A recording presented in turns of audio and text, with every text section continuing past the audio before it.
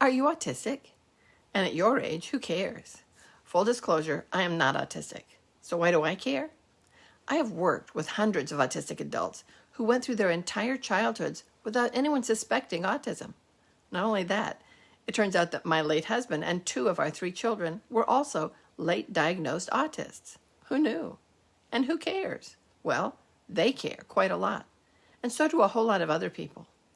In the last 20 years, online searches for "Am I autistic?" have increased from 0 to over 34,000 searches every month. A lot of people are wondering if they might be autistic. Maybe you are too. You might be autistic if you grew up feeling like the rest of the world got a handbook on how to make friends, but you didn't get yours. You might be autistic if you carefully script out social conversations in advance so you don't have to wing it if someone tries to talk to you. You might be autistic if you have a system for eye contact. Look at the eyes for 5 seconds, look away for 3 seconds, and then look back. Or just avoid it altogether by looking at that spot right between the eyebrows.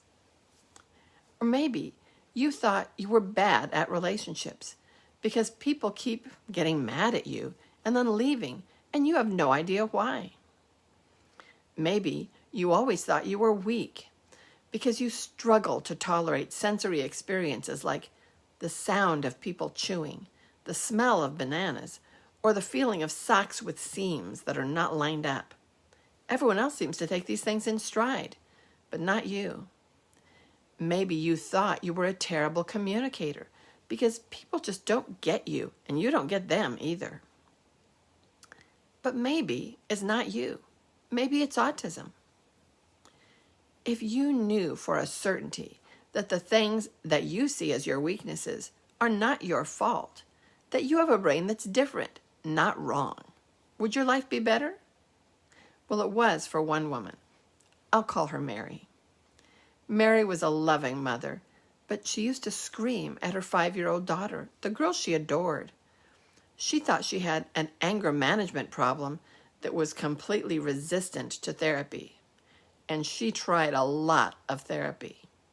Well, it turns out Mary didn't have an anger problem. She had a sensory problem related to autism. When there were several noises going on at the same time, TV in one room, music in another, conversation in the background, and then her daughter came up to her with a question, she had a severe sensory overload that came out in screaming at her daughter. Once she realized that she was autistic, she created a sensory environment that worked for her without overwhelming her. The new rules were, if the TV is on, then the music is off. And when her daughter wants to talk to her, she just turns the TV off for a moment. Suddenly, no more screaming, all because Mary realized she'd been autistic all along. Now, Hillary's a teacher who thought she was a failure at socializing. She pushed herself to join in when her friends went out, but it left her feeling stressed and exhausted. Why was everyone else so good at being social while it was so hard for her? Well, teaching all day was already social. So when she got home, the last thing she wanted to do was to go out and do things with people. What was wrong with her? Well, nothing, as it turns out. She was just autistic. When she got her diagnosis, she realized that she had a different social capacity than her friends.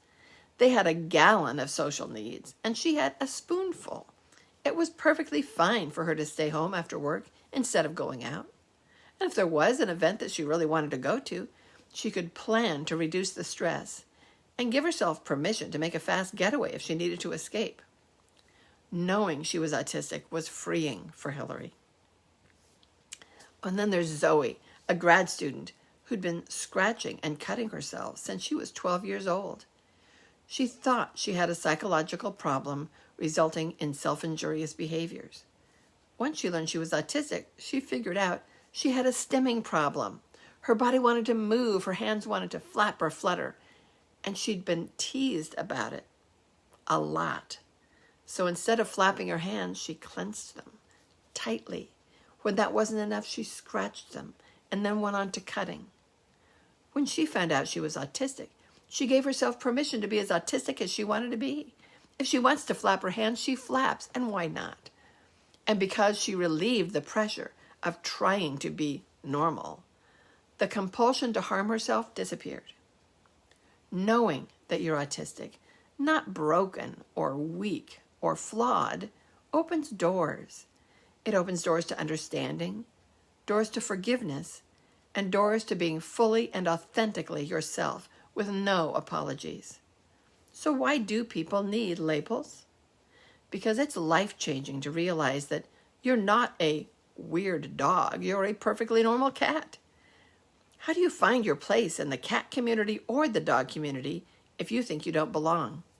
And a cat can't be truly happy and live a fulfilled life feeling like a failed dog. So just be the amazing cat you were born to be. Now, if you are a mental or medical health professional and a patient comes to you and says, I think I'm autistic, don't rush to judgment. Don't tell them they can't be autistic because they're too smart or too successful or they don't look autistic. Listen to them and help them find answers. If you have a friend or a family member who says to you, I think I'm autistic, don't say, oh no, of course you're not. There's nothing wrong with you. Because there's nothing wrong with being autistic. They trusted you enough to open up to you. So listen with an open mind and heart. And if you yourself right now are thinking, I think maybe I'm autistic, congratulations. You're on the first step of a journey into knowing yourself and loving yourself exactly as you are.